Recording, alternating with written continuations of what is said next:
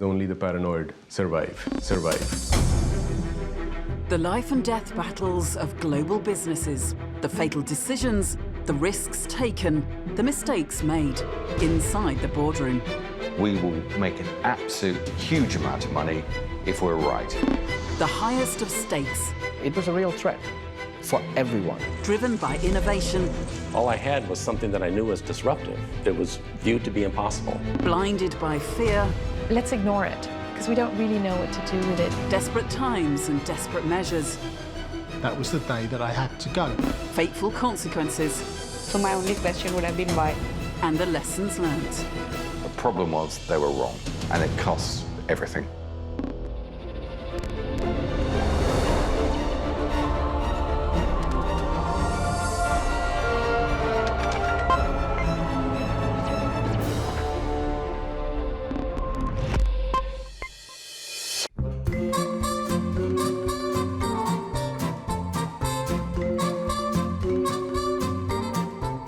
Nick Leeson came to the City of London with one thing in mind: to make a lot of money. So he swapped his working-class roots for the highbrow and elitist world of investment banking. I genuinely believe, and I still believe it to this day, if you sit me down to do a task with somebody else, I'll do it better and quicker than them. At only 24 years old, he had the cockiness and charisma to succeed. But Leeson had a more sinister trait. He had the ability to deceive some of the most powerful people in finance. This is the story of how one man's ego and the greed of Britain's oldest bank conspired to lose over $1 billion US, and in the process, destroy one of the most prestigious investment empires in the world.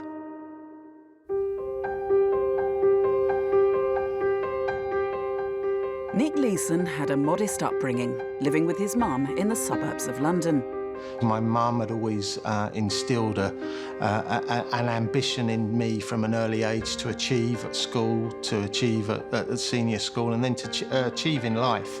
And I think the things that she was very much focused on were me having a better life than she had. You know, my upbringing was very, very working class, and you know, money was always in short supply. But Leeson was a man destined for bigger things, and in April 1992, he got his dream job in Singapore. He would trade for Barings Bank on the Singapore International Monetary Exchange, the SIMEX, and it gave him the glamour and attention he craved. The trading floor is amazingly exciting. People are competing against each other in a gladiatorial sort of environment where, you know, one person wins and another person loses, and you're trying to prove that you're the best. The SIMEX, which later merged to become SGX, was a cutting-edge exchange that specialised in futures contracts. These are bets on the future direction of the market. In Leeson's case, it was the Nikkei 225 index. If he correctly predicted its direction, he could make a lot of money. But if he was wrong, he stood to lose hundreds of thousands of dollars. The markets are always very active. You know, there's lots of uncertainty, and that uncertainty becomes, for a lot of people, bordering on addictive, because you're always on edge in terms of what's going to happen. But it's the most exciting part of the industry. He was beginning to make a name for himself in the financial world, and his success caught the eye of John Gapper. Pretty rapidly, he built up a reputation as being one of the better traders on the floor, even one of the best. He was very forceful, he could always get you a good price, and customers came to like him. And then over time, because he seemed to be so good at that business, he was given more leeway to trade for himself, to trade for Barings. Ian Lowe was an independent trader on the exchange. He traded against Nick Leeson on a daily basis. I recall one incident and I was standing there with my friend looking at Nikkei chart. Nick Leeson went by, he knew us quite well, and then he half jokingly, he said, "Ian, no need to look at the chart." So I said, "Why?" "I plot the chart. Look at me. If I wanted to buy, the market would go up. If I wanted to sell, it would go down. So why bother with the chart?" If you have any success in any business, it's, you know, the most wonderful feeling. People are trying to transact as much as they possibly can, so it becomes an addictive quality that, you know, your body starts to hunger for because you're so used to it happening. Leeson worked for Barings Securities, a very different branch within Barings Brothers that specialised in new cutting-edge markets. Set up in 1985, they started as a group of just 6 traders, but 7 years later, they accounted for over half the bank's profits. The traditional bankers at Barings Brothers were a little surprised by the way they did business. Barings Securities were a set of people who regarded the bankers of Barings Brothers as being rather stiff and establishment and stuffy. Sometimes the people within Barings Brothers would raise their eyebrows and say they're a bit wild. Barings Brothers was Britain's oldest merchant bank, and in its 233-year history, a long line of traditional bankers had prided themselves on stability and authority. You could trust them to look after your money with utmost security. Even the Queen held an account with Barings. It was very much a kind of respectable, upper-class, comfortable establishment bank. It traded on its name and its reputation, the sense that it was really emblematic of the City of London. But the City of London was changing. The fashionable way to make money in the 90s was through aggressive trading on the stock markets. Barings Securities were ruthless investors, and Nick Leeson was their newest and most ambitious recruit. It was very much a sink or swim type of mentality, which was perfect for me because that was the sort of opportunity that I wanted. There was no real support, there was no real guidance, there was no mentoring, if you like, for anything that was going on. It was very much on the job, on the desk training, and it was certainly creating an environment that was good for me, somebody that was hungry, that was competitive and that wanted to get to the top. Yet behind the scenes, Barings Securities had big problems. It was a company with very few controls. It wasn't a particularly well-run organisation from an operational perspective because the focus was always very much on doing the business, being first and getting as much of the business as they possibly could. It's about gaining that competitive advantage. You do that at the expense of not having the systems and the controls and the people in place to make sure that your business is safe. At Barings Securities, Nick Leeson was allowed to occupy both the general manager and head of settlements, jobs that would normally be done by 2 different people. Allowing Leeson to do that is one of the most obviously stupid things you could do. It breaks rule number 1 of financial control. It meant that at the end of each day, Leeson could value his own positions and control the bank accounts, and there was nobody checking on what he was doing, and it meant that he had an enormous amount of freedom. Barings knew this was a precarious situation. In 1993, an internal memo sent between senior staff warned, "We are in danger of setting up a system which could prove disastrous." And Nick Leeson was prepared to exploit that. In 1992, the world markets fluctuated violently, and Leeson's young and inexperienced team began to make a series of critical mistakes. The business had exploded in Singapore. We didn't have enough people picking up the phones, we didn't have enough people order filling. So it was very much every hand to the pump, if you like, and we'd recently employed a young girl who worked on the floor, and she was picking up phones, which wasn't really her responsibility. The orders started from a phone call. They need to pass it on to the order fillers through hand signal. So the signal will start by telling the order filler whether I'm a buyer or seller. So this is selling, followed by the price, this is 40, and then followed by the quantity, this is 100. So it will go seller, 40, 100. It was a very tedious process and prone to mistake and not very efficient. At the end of one day in July 1992, Leeson's team showed a loss of $60,000 US. The normal procedure is to immediately inform Barings' head office in London. But Leeson didn't do that. The thought process at that time, when we realised that was exposure, was I had to do something with it, right? But it's 3 o'clock in the morning.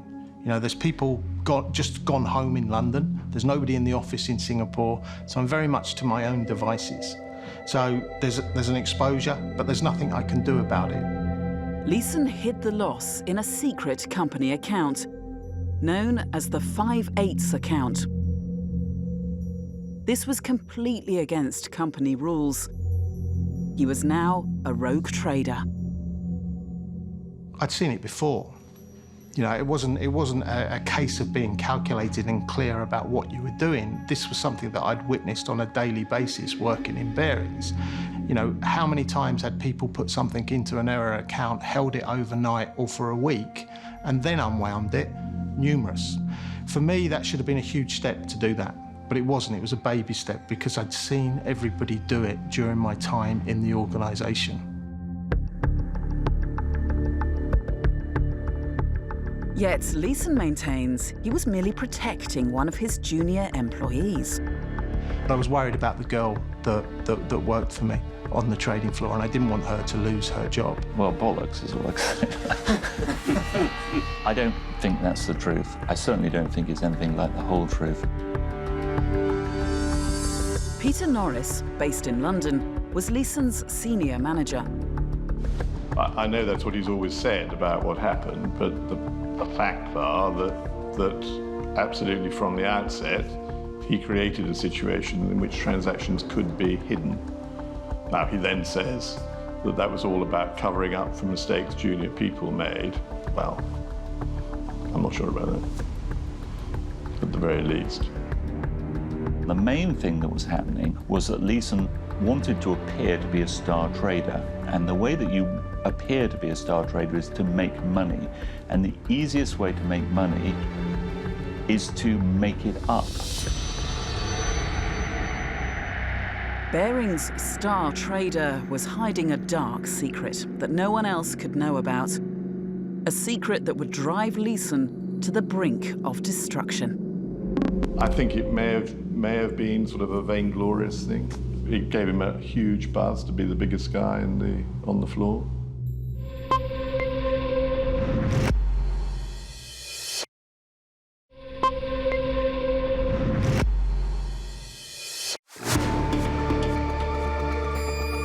It seemed Barings Securities were the biggest traders in Singapore. But in reality, their profits were based on the lies of one man. Nick Leeson was hiding multi-million-dollar losses in his secret 5/8 account. He would then try to win the money back on the exchange. But that didn't work. Over the next couple of months, the market went against Leeson on almost a daily basis, and his losses grew wildly. Now Leeson had an even bigger problem. He'd run out of cash to fund his trading. The first time that I had to ask London for funding was on the year end in September 1992. We had a $5 million loss. I had no way of hiding it. And so I simply picked up the phone and asked London for $5 million. What reason did I give them? I told them that it was because of volatility in the market and the exchange was looking for additional margin. He set out to deceive, and it remained undetected for a number of reasons. And he was clearly very adept at keeping the ball rolling with his colleagues, with all the falsification of records and so on that had to happen every day. He was pretty good at it.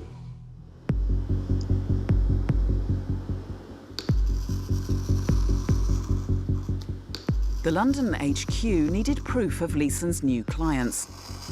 But these clients didn't exist. So Leeson made them up. It was basic forgery. It was a simple cut and paste job, so it was the confirmation that was required on top of a letter that bore the signature of the person that was due to sign it. one stuck on top of the other, photocopied and faxed to whoever it needed to be faxed. Under his instruction, Leeson's team began a daily routine of deception. And by January 1993, Barings senior management had sent him over $60 million.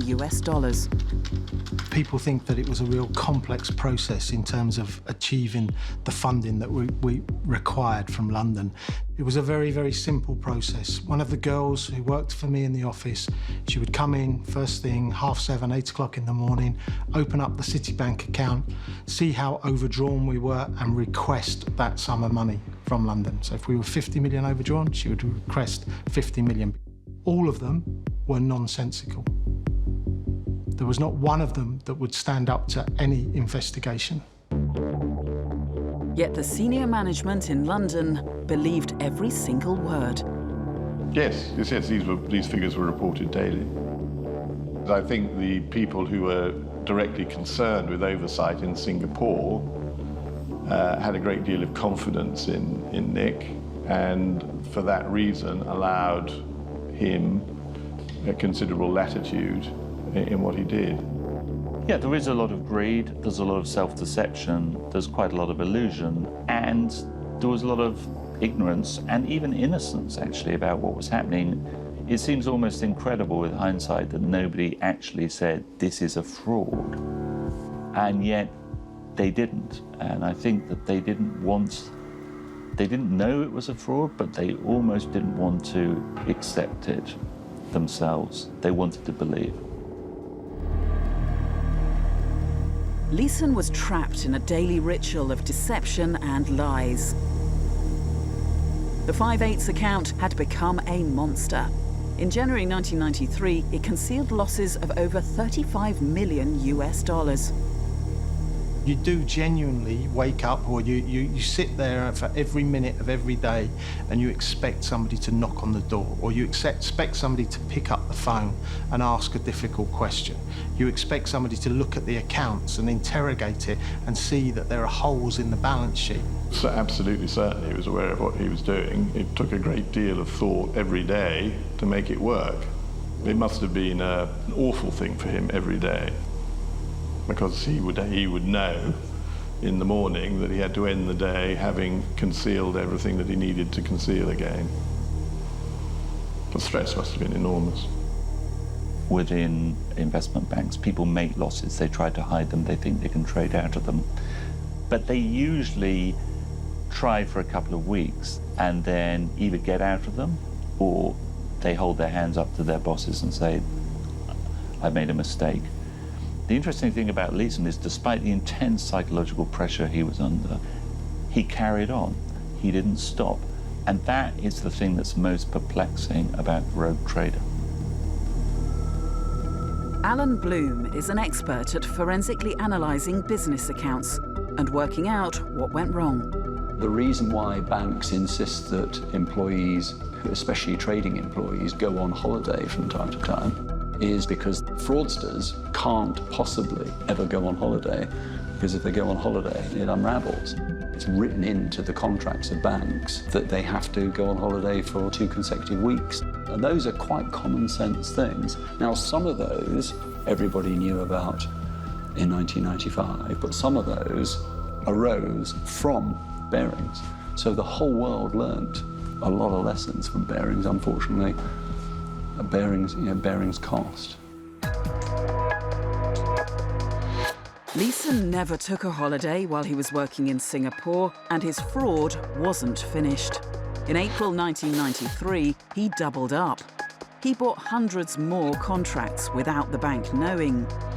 If the market moved his way, then he could make millions. It was a huge gamble. My own focus was surviving for another day, trying to get back to a situation where there were no losses and start again. It's very strange and it's difficult to explain it, but slowly over a period of time, and people aren't knocking on the door and they're not asking those difficult questions, you get a little bit more comfortable with it. You don't get comfortable with the fact that you're losing money, but you get comfortable with the fact that you've got more time to correct it. And you gain this strange sort of confidence that you will be able to unwind it. Dr. Elizabeth Nair specialises in business psychology. The whole aspect of dispositional greed is that the person is motivated by impulses. Let me do this. I can do this. I am the best. I have been the best, and I can be again. Let me just do this again. It's as if the person is unable to be clear-headed and to understand that I am fallible. But suddenly, Leeson's luck changed. His gamble had paid off, and he won back over $20 million. It resulted in a $250,000 profit, as opposed to a $20 million loss. And I genuinely went home that weekend believing that that was it. Nobody's found anything that's been going on to this point. Nobody needs to find anything that's going to go on from this point, because there isn't going to be anything.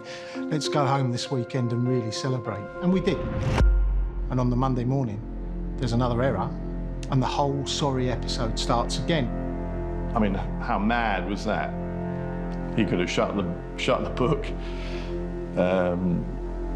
Never have had to have done any of that again. And he couldn't make himself. Extraordinary. You're in a totally different mindset at that point. You've done this once. You've overcome it once. And whilst, yes, the first thing that you should do is go back and notify London of what's going on, I've just got out of a 20 million hole, which gives me this strange confidence that, you know, I'm now looking at a much smaller loss, and I should be able to sort that out very quickly the following day. But that doesn't happen. The greatest fear would be losing out and not being the best and looking like a failure. It is not so much that they believe or think that they have not made a mistake. It is the refusal to admit to having made a mistake. And they try and hide it, even to themselves. I think it may have been sort of a vainglorious thing. It gave him a huge buzz to be the biggest guy on the floor. I really can't think of any other motivation. I think he wanted and liked being seen as a star trader. He'd come from the back office, he'd come from quite humble circumstances, and he'd managed to make something of himself, and he didn't want to just go back to where he'd come from. Leeson was a man losing control, spiralling deeper and deeper into his world of lies. There was no escape. Post-May 1993, the volume of trading coming through Singapore is increasing. The trades are getting bigger, the market's moving more drastically. The market's falling from 40,000 down to 18,000, so any position that you're holding is really accelerated in terms of the loss that it's making. And I'm holding bigger and bigger positions, so it's just getting more and more crazy. Nothing was stopping this train. It was running off the tracks.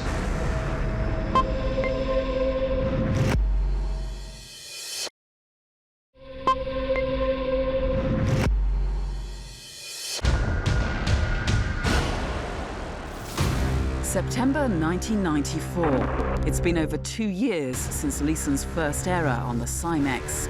That initial $60,000 loss had ballooned to over 320 million, and the psychological pressure was escalating. The losses are just getting totally out of control. It does become absolute pure avoidance. The statement, somebody would leave it on my desk, I'd hide it in the drawer without looking at it. Burying my head in the sand more and more. It was almost as if it was going to hurt me if I touched it. Then it was just pure survival. You know, I was waiting for this eureka moment, but I still couldn't tell people what was going on. Leeson was the only man who knew the complete truth. Everyone thought he was making millions of dollars. In September 1994, Cymex celebrated its 10th anniversary, and Barings Bank received an award for its success on the exchange. We won a big award on Cymex in 1994 for the highest customer volume. My 5/8 account was 95% of that volume. So what were they believing? You know, the inclination was to believe. You know, where profit is motivation, the inclination is to believe. It was good for Simex. They liked Leeson because he was producing trade. He was making them look bigger. And so they themselves had an incentive to keep it going. Clearly, they didn't know that there was a fraud happening, but they too were incentivized not to look too closely. You've got the board of Barings. They wanted to make more money. You've got my wife and friends who believe that I have this fantastic life and being this exceptionally successful trader. You've got other organisations, other banks who are trying to employ me because I am the alpha trader of the Singapore exchange at the time. Everybody was so bought into the success story that surrounded me, it was just impossible to say, look lads, stop, everybody stop. And it in a strange way, it catapults you along. And it is, you know, for me, somebody who was so focused on success, had such an exalted opinion of what success looked like. Somebody who had couldn't deal with failure. That constant conflict, I just couldn't deal with it. And it was a case of going along for the ride because it was impossible to say stop. Leeson was living a Jekyll and Hyde existence. Behind his false success, there was catastrophic failure. The day-to-day fear is, you know, it's very difficult to live. You know, you have to cope and survive with it sometimes. So alcohol is the constant way that you cope with it, and that gets worse so that you have blackouts. That, you know, sometimes you wake up on the trading, or you arrive on the trading floor and you just go straight to the trader's room and you sleep off the morning because you're so hungover from the day before. I wouldn't go back to the office. I'd disappear. I'd go home. I'd turn my phones off. Continuing with a life of covering up so that there is no admission of failure or mistakes can have tremendous pressures on the individual. This lack of self-control and excesses would result in the decision-making becoming faulty. And so it is a cycle of ineffective performance. And as he was placing bigger and bigger bets in order to make up for those losses, he was doubling up and doubling up and doubling up. And so over those months, you went from tens of millions to high hundreds of millions as each bet doubled. So an astonishing sort of acceleration to failure over relatively few months. The men working behind these black glass windows were pouring their money into a black hole. In the first 2 months of 1995 alone, Barings Bank sent over $800 million to Nick Leeson. This was twice the capital of the entire Barings Group. Crucially, they thought Leeson was hedging his bets, and every trade was backed up by cash from existing clients, making them seem like risk-free investments. They were, in risk terms, described as risk-free because they were equal and offsetting contracts, and therefore there was no price exposure for the bank. The case was utterly different, which was that Nick had set up an account of the banks, which was not reported, and all the positions he took, there was no counterparty. One of the big lessons out of Barings is to challenge not just where you lose your money, but where you make your money. And if they had challenged more where these profits were coming from, it wasn't possible to make the money that they imagined that they were making from relatively narrow margins on major transactions that were taking place. The progressive trading at Barings Securities was a world away from the traditional banking Barings Brothers was used to. And there were a lot of people who'd probably been in Brothers for the last 20 or 30 years.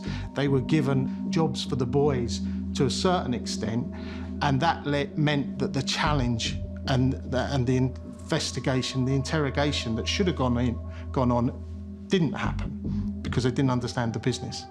Did senior management know enough about futures trading? No, it did not. What it did know, or thought it knew, was that it had a cadre of senior management reporting to it that were expert in these areas. Which is, of course, is the way virtually every commercial or financial organisation work, because the top of any company doesn't know everything that goes on in a company, and certainly couldn't perform all the functions in it. The brothers guy could turn round to the other 4 or 5 people in the room and pretty much say, off. Right? To leave it alone. It was the biggest money-making part of the firm, and don't ask stupid questions. So were senior management blinded by the allure of Leeson's profits? Well, I can only really speak for myself, and the answer is no. I wasn't. But I was blinkered or blinded by the fact that those who were directly involved in the activity, both the traders and the accounting staff and so on and so forth, expressed confidence in what was going on. By that time, there was something perverse happening, that the very scale of the fraud had made him into such an important person that nobody could question him. That if anybody questioned him because he appeared to be such a valuable figure, he could simply tell them to stop asking questions and they would back down. But in February 1995, Barings auditors examined the accounts in greater detail. They noticed an unusually high debtors figure of nearly $80 million. On the 6th of February, the bank's treasurer, Tony Hawes, and his junior clerk arrived in Singapore. Their brief was to find out why Leeson was spending so much money. I don't think Tony Hawes ever met me in Singapore. Didn't understand the business, didn't understand how it fitted together. Again, another brothers employee. But Leeson had become an expert at deflecting unwanted attention. Singapore was a bit of a party town at that time for the senior managers coming through Asia. And again, you know, it all goes back to avoidance, you know. Avoid them getting to the trading floor and make sure that they can't really interrogate what's going on. One way to make people avoid looking too heavily on what was going on the trading floor was to meet them from the plane, take them for a few beers, get them whatever they wanted, make sure that the next morning they had a hangover so they didn't come to the trading floor until late, and then put them on the plane out of there to whichever jurisdiction they were going to next. And that was repeated time after time after time. Tony Hawes stayed slightly longer, but he still left Singapore after a week. He failed to see through Leeson's deception. But his assistant, Tony Railton, was slightly more suspicious. That the pressure is really building. Tony Railton had been there for 23, 24 days. Was he an immediate threat to me? It didn't appear that, on the basis that he was a very junior person in relation to me, and the likelihood was that I was going to be able to fob him off for a little bit longer. On the 13th of February 1995, Railton wrote, "If you close out all the positions, there is no way on God's earth that you could actually return all the yen." Barings Brothers knew there was a big problem, and only Nick Leeson could account for it. I knew that that was the day. That was the day that I had to go.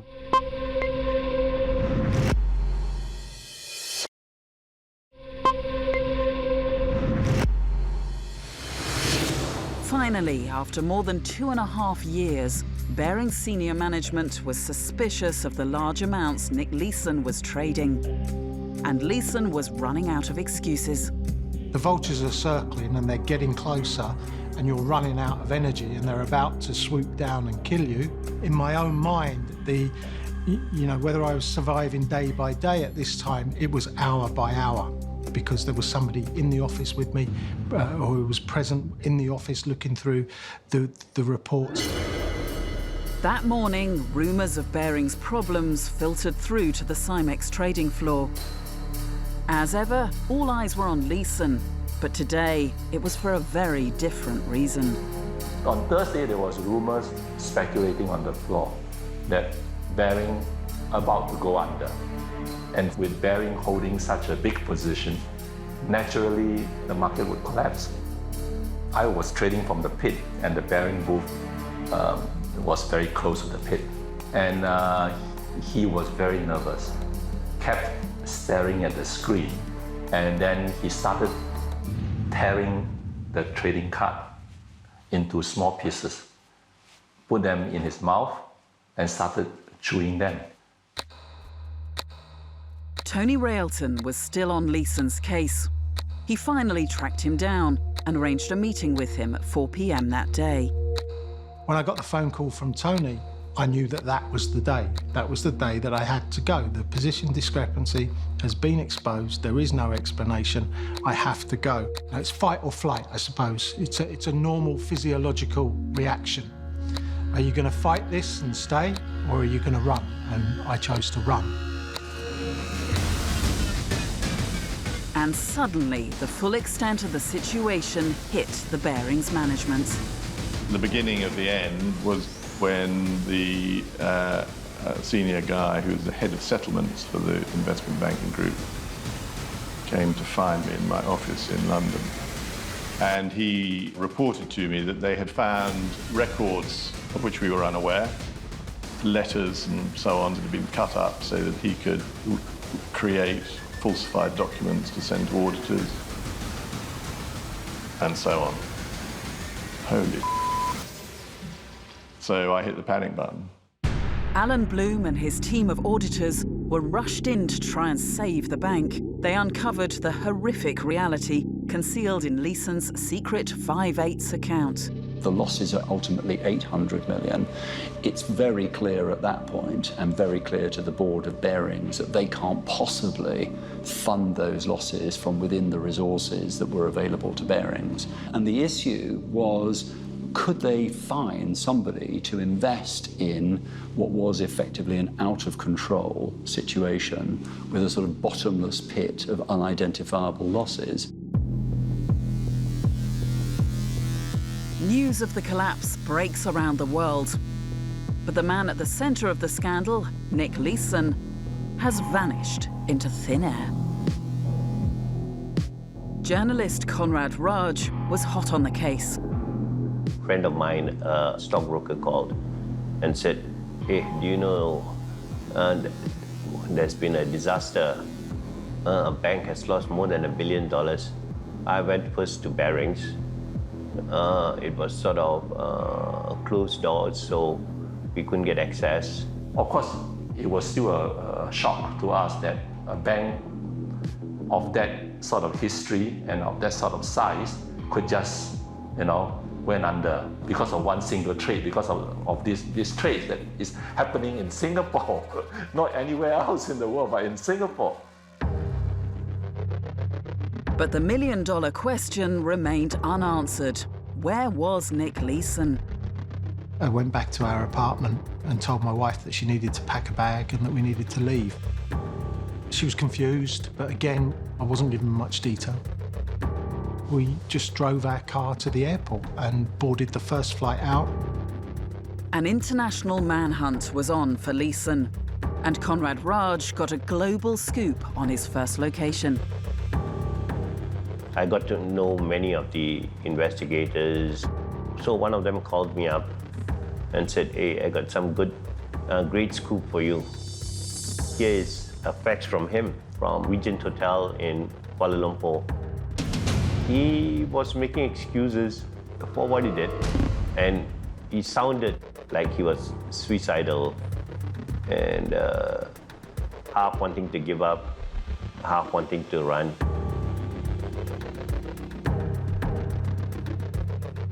Consciously, I can't remember what the need was to write on that. For me, I suppose it was some form of closing the episode. In terms of, I respected an awful lot of the people that I worked for. And I think I owed them an apology because they did rely on me and they trusted me. And I broke all of those trusts.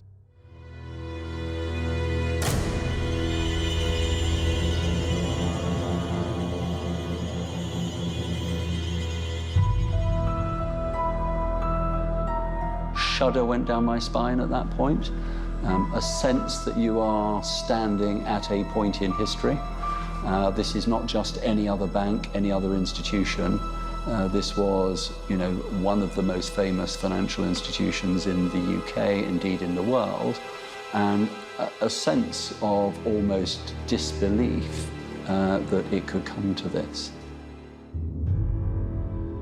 I will blame myself till the day I die for the fact that it happened on my watch. I went down into the local newsagents and picked up the newspaper, the Asian Wall Street Journal, and the headline was "British Bank Collapses." And you're taken aback and starting to read the body of it and speed reading it as quickly as possible to try and get to the salient details. And then slowly it starts to dawn on me that that's what's happened. I've caused the collapse of the bank. On Monday morning, the Cymex reopened for trading, but Barings Securities' booth was empty. Britain's oldest merchant bank and its 233-year tradition was now part of history. What was left of the Barings name was bought by Dutch bank ING for £1. But Leeson didn't care. He was desperately trying to get back to the UK. Every exit gate, there's a TV above it, and the news is constantly being played through it, and the news is all about me. And then, it was the time to board the flight, and you're approaching the gate, and again, you're holding hands and you're panic. You're complete and utter panic because, again, your face is above those TV screens. The attendants come round with the newspaper, and my, whether it's a French newspaper, Brunei newspaper, Singapore Straits Times, or an English newspaper, my picture is on the front page of every single newspaper. So again, you're hiding throughout the journey back. What you got to do back, Nick? Leeson was finally arrested at Frankfurt International Airport.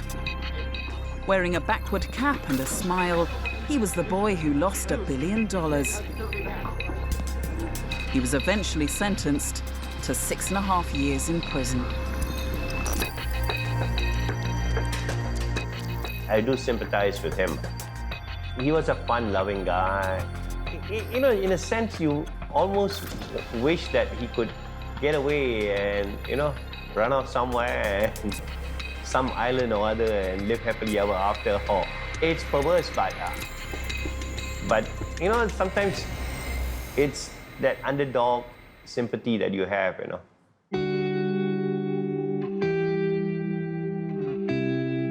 The glamour and attraction to the rogue trader still persists. But what is it about the financial industry that breeds this type of character? It's what I would think of as being a weird byproduct of the financial industry. Traders are put under an enormous amount of pressure. They're given trading books, given an awful lot of responsibility. They are incentivized through bonuses very heavily to take risk. And so not only the psychology of the trader, him or herself, but the bonus structure, what the management expects of those people, it's a very risky and high-octane mix, and it can very easily go wrong.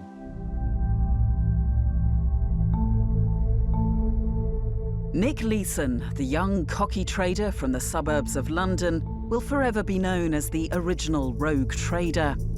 But in an industry where millions of dollars change hands in an instant, the basic human emotions of fear and greed can pervert each simple decision.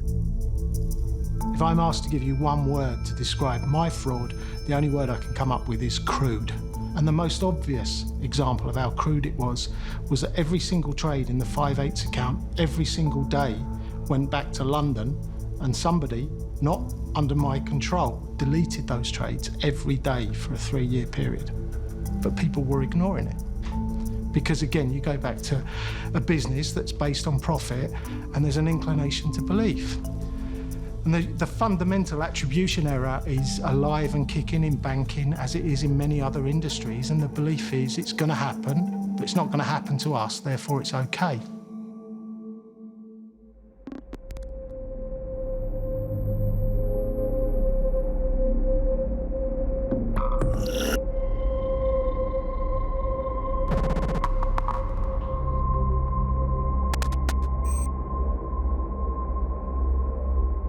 Thank you.